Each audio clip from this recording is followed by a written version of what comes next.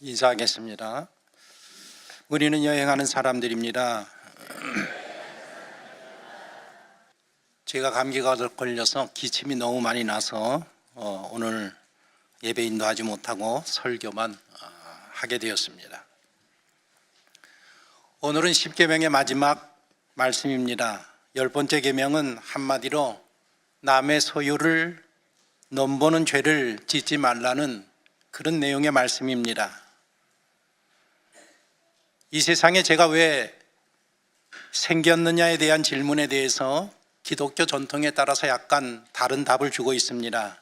로마 가톨릭에서는 죄의 원인은 사람의 정욕 때문이라고 보고 있습니다. 사람들이 감각적인 것에 이끌리는 그런 상황이 죄의 근원이다. 그래서 정욕을 지적하고 있고, 아우구스티누스와 라인홀드 니버라는 신학자는 인간의 정욕 밑에 깔려있는 교만이라는 것이 죄의 근원이라고 그렇게 보고 있습니다.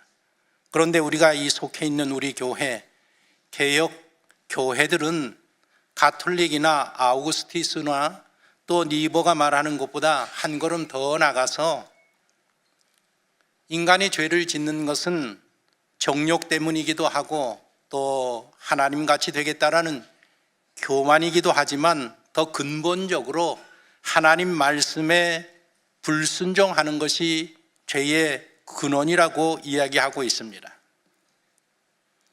선악과 사건은 탐심이라는 죄가 어떻게 생기게 되었는지를 우리에게 보여주고 있습니다. 하나님께서 아담을 창조하시고 에덴 동산을 다스리고 지키게 하셨습니다. 그리고 선악과를 먹지 말라는 명령을 내리셨습니다. 그 명령을 내리시면서 마음속에 내가 아담을 위해서 배필을 지어줘야겠다라는 뜻을 세우시고 아담을 이끌고 모든 짐승들의 이름을 짓게 하신 후에 그리고 아담을 위해서 돕는 배필 하와를 지어주셨습니다.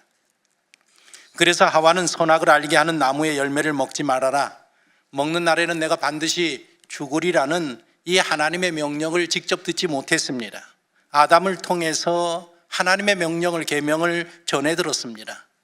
그런 상태에서 뱀이 하와를 유혹합니다.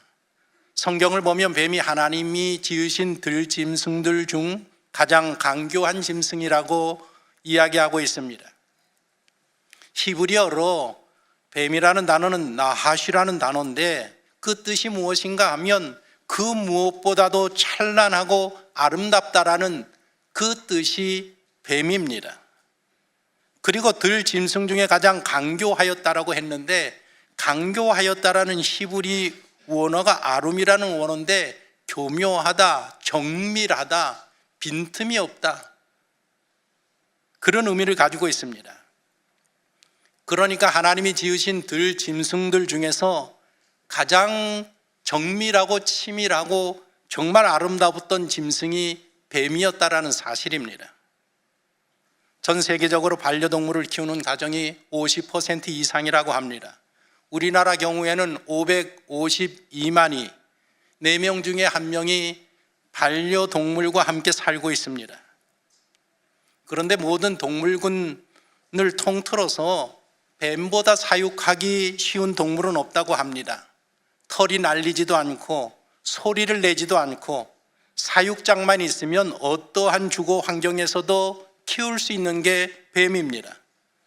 질병에 강해서 병원에 데려갈 일이 없습니다. 일주일에 한 번만 먹이를 주면 충분하고 굶주림도 잘 견뎌서 2주 정도 집을 비우고 먹이를 안 주어도 살 수 있는 짐승입니다. 좀 징그럽지만 반려동물로 뱀을 생각해 보시는 것도 괜찮을 것 같습니다. 하나님이 지으신 들짐승 중에 가장 찬란하고 아름다웠던 이 짐승 뱀이 아마도 하나님의 저주를 받은 후에 세월이 흐르면서 오늘의 뱀의 형상으로 퇴화하지 않았나, 그렇게 생각이 듭니다.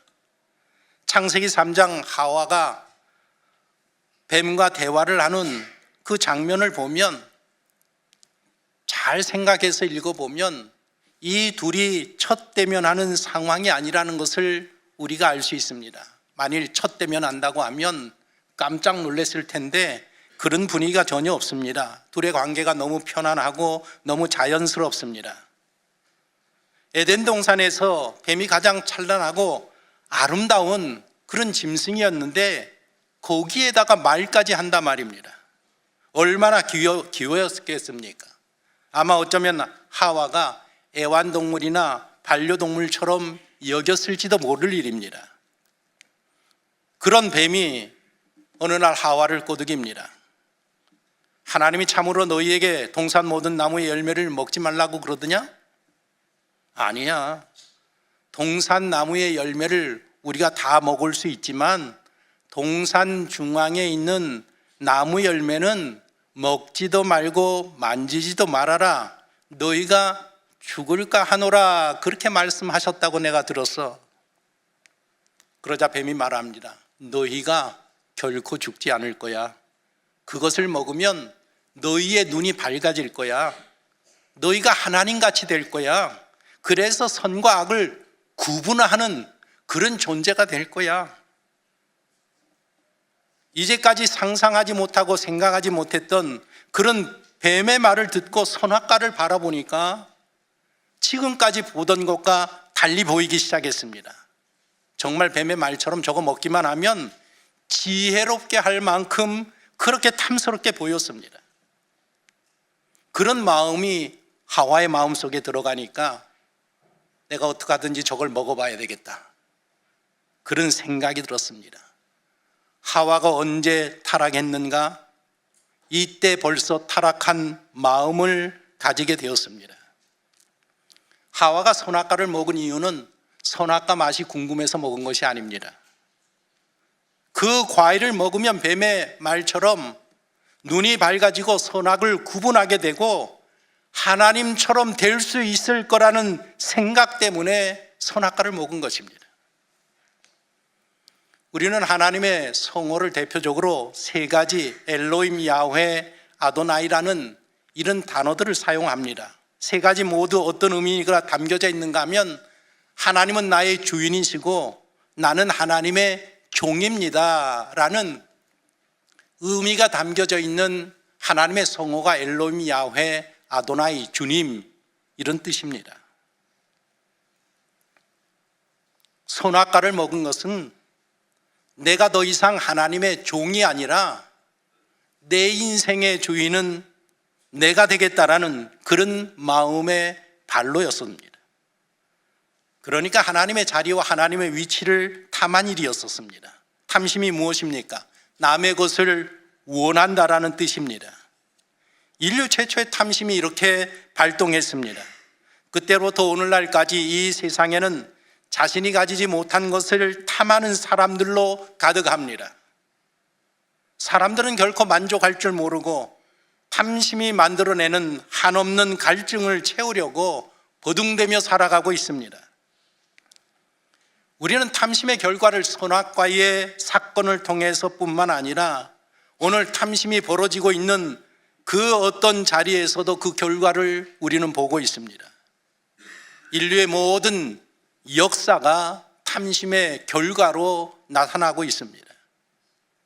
탐심의 본질은 가지지 못한 대상에 대한 갈망, 바람, 갈구, 열망, 욕망입니다. 하와와 아담이 가졌던 탐심은 오늘날 우리 안에도 있습니다. 그들이 그때 한 일을 지금 우리가 동일하게 하고 있습니다.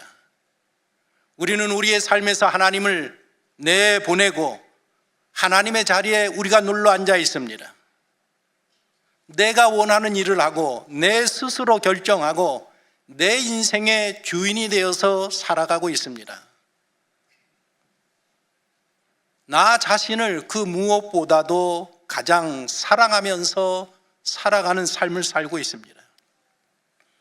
사람은 원래 자신을 사랑하듯이 하나님을 사랑하고 다른 사람을 사랑하도록 만들어졌습니다. 하지만 사람들이 자신만을, 나만을 사랑하기로 선택을 했습니다. 그렇게 되니까 다른 사람, 하나님, 나머지 세상은 모두 우리 뒤에 놓여질 수밖에 없습니다. 그런 삶의 결과 모든 관계가 왜곡되고 무너지고 말았습니다. 하나님은 이런 우리에게 마지막 계명을 17절에서 주십니다. 내 이웃의 집을 탐내지 마라. 내 이웃의 아내와 그의 남종이나 그의 여종이나 그의 소나 그의 낙이나 무릇 내 이웃의 소유를 탐내지 말라. 전통적으로 여러 성경학자들이 이 10번째 계명을 해석할 때에 마음에서 시작하여서 행동에 이르는 네 단계로 이 10번째 계명을 설명하고 있습니다. 탐내는 마음이 첫 번째로 우리 마음에 생깁니다. 그러면 탐내는 마음을 계속해서 추구하고 갈망하는 그런 생각을 갖게 되고, 그것을 이루기 위해서 어떻게 하면 탐내는 마음을 이룰 수 있을까 계획을 수립하게 되고, 그리고 마지막 단계는 세운 계획대로 실행에 옮긴다는 것입니다. 먼저 마음에 생기고 갈망하게 되고 계획을 세우고 실행을 옮기면서 탐하지 말라라는 이 계명을 어기게 된단 말입니다. 그래서 전통적으로 간음하지 말라라는 7번째 계명, 도둑질하지 말라는 8번째 계명은 마지막 4번째 단계인 실행 단계에 해당한다라고 해석을 하고, 남의 것을 탐내지 말라는 이 10번째 계명은 첫 번째, 두 번째, 세 번째 마음이 생기고 계속해서 갈망하고 실행 계획을 세우는 이 3번의 단계를 포함하는 것으로 해석하고 있습니다. 탐낸다는 것은 어디에 마음을 두고 마음을 두되 마음만 두는 것이 아니라 욕심을 내고 가지고 싶어 하고 빼앗고 싶어 하고 그래서 소유하고 싶어 하는 것을 의미합니다. 탐낸다는 것은 단지 관심을 둘 뿐 아니라 내 손에 넣고자 하는 마음을 가지는 것을 탐심이라고 이야기하고 있습니다. 그래서 탐심, 탐욕, 욕망에 관해서 세계 중요한 종교들이 다 가르치고 있습니다. 공자는 사람이 조심해야 할 것 3가지가 있다고 가르쳤습니다. 젊었을 때에는 음욕을 조심하라. 나이가 들면 물욕을 좀 조심하라. 나이가 더 들면 명예욕을 조심해야 한다라고 가르쳤습니다. 나이에 상관없이 음욕이나 물욕이나 명예욕을 가질 수 있지만 나이에 따라서 더 조심해야 될 욕망하는 마음이 있다라고 가르쳤습니다. 불교에서는 사람이 피하고 멀리해야 될 것 3가지를 가르쳤습니다. 탐진치라고 하는데 탐내는 것, 분내는 것, 어리석은 것, 이 3가지를 피해야 된다라고 가르칩니다.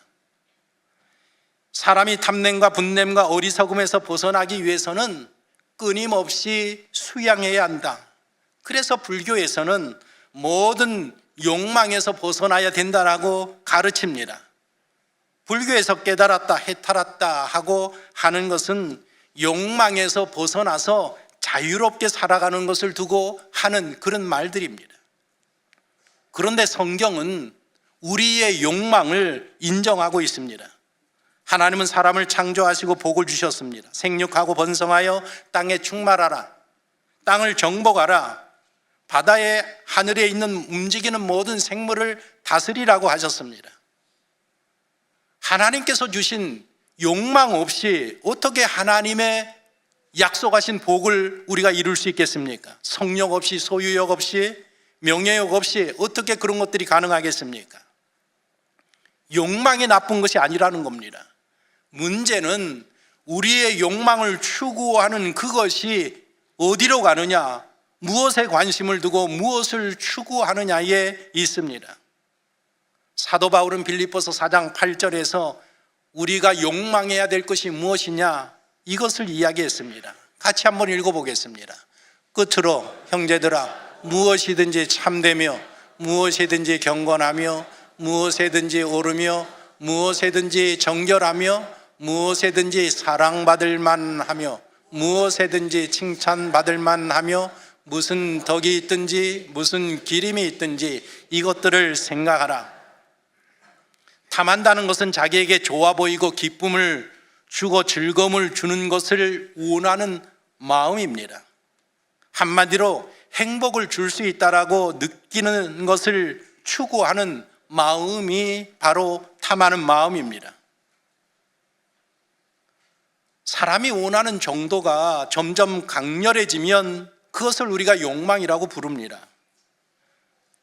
이 욕망이라는 것이 다 탐심이 되는 것은 아닙니다. 사람은 원래 선하고 아름다운 것, 그런 것들을 부러워하고 소유하기를 원하는 존재로 창조되었습니다.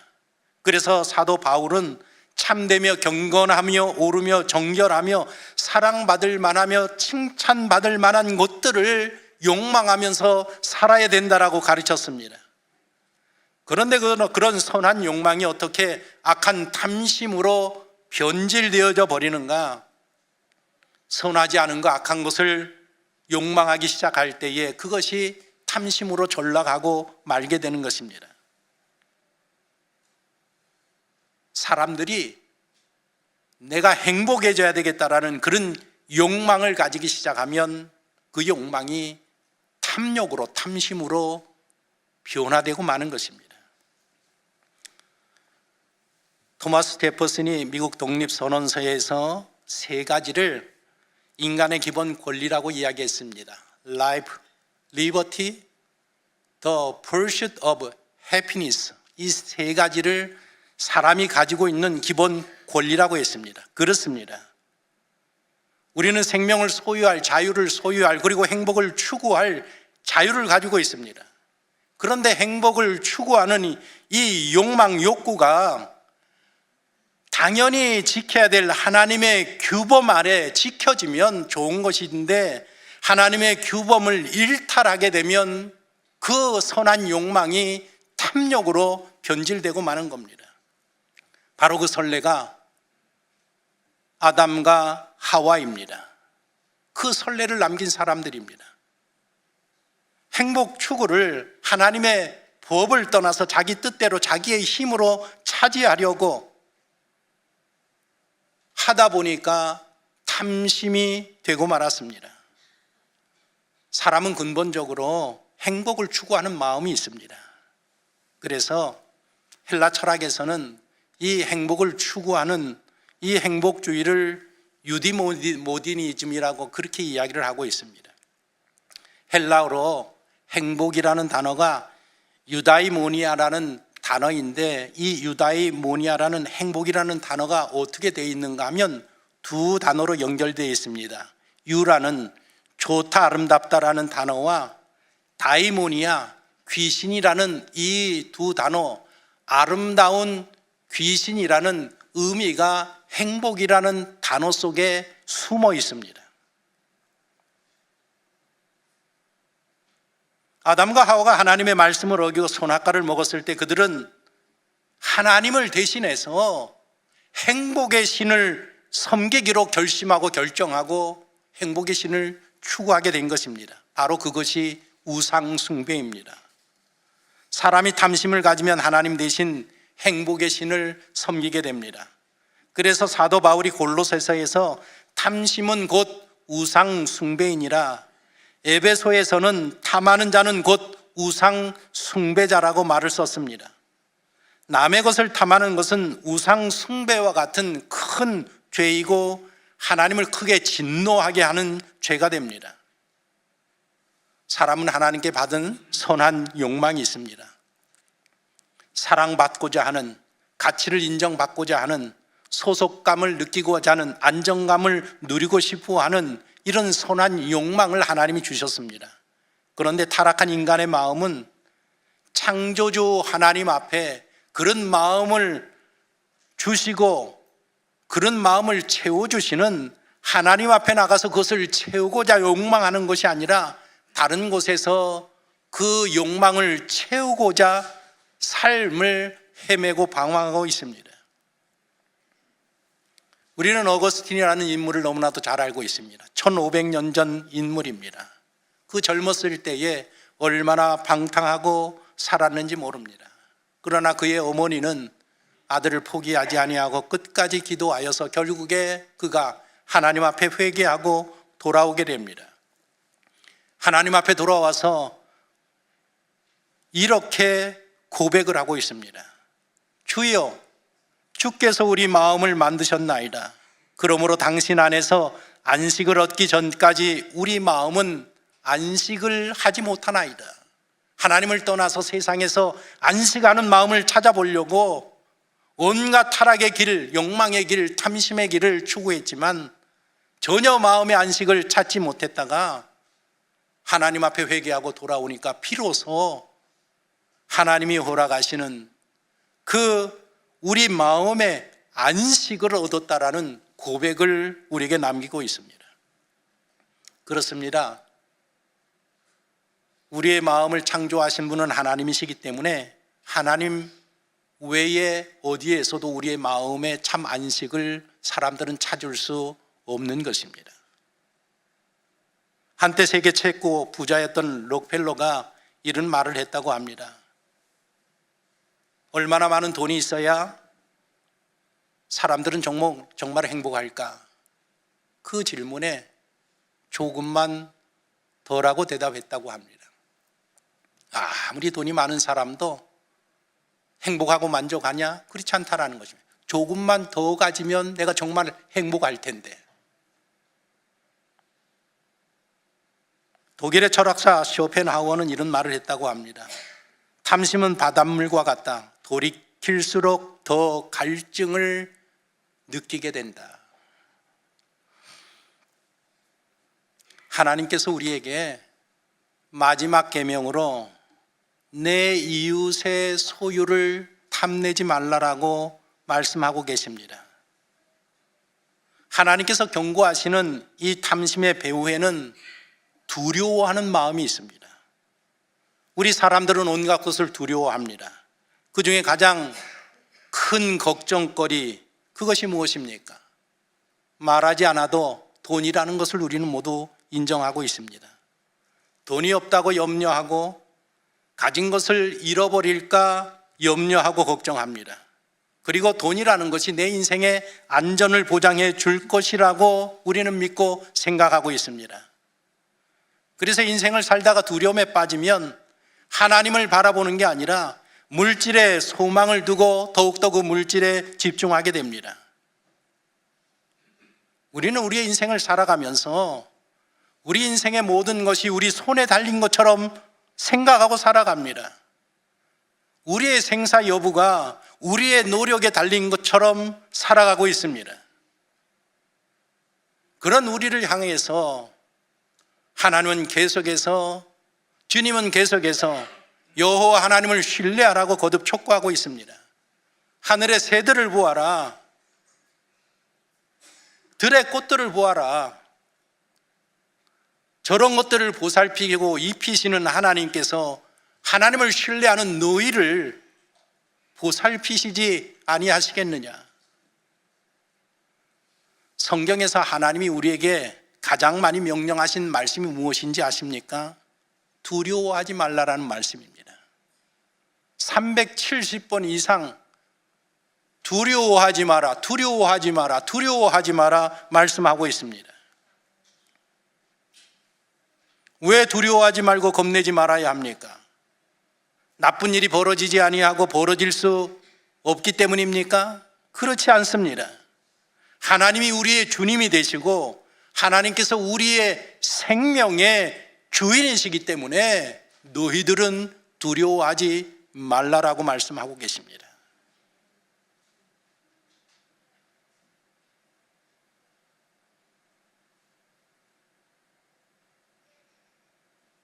여러분의 마음을 하나님께 맡기십시오.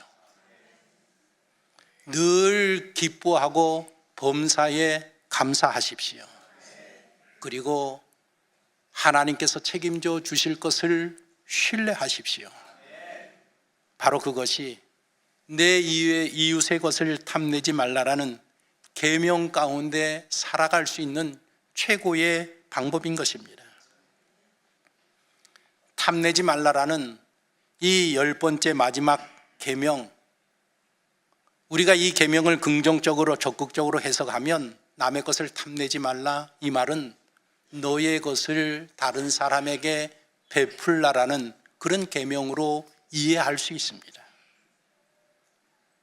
우리 성도들은 남의 것을 탐내는 사람이 아니라 나의 것을 베푸는 사람인 줄로 믿습니다. 오늘로서 십계명을 마칩니다. 사람이 십계명을 위해 있는 것이 아닙니다. 십계명이 사람을 위해 있습니다.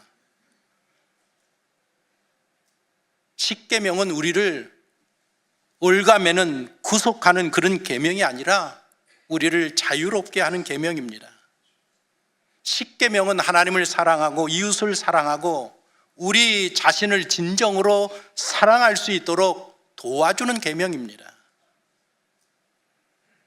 참으로 우리가 원하고 욕망하는 선하고 행복한 삶을 살 수 있는 길을 제시하고 가르쳐 주는 것이 바로 십계명입니다.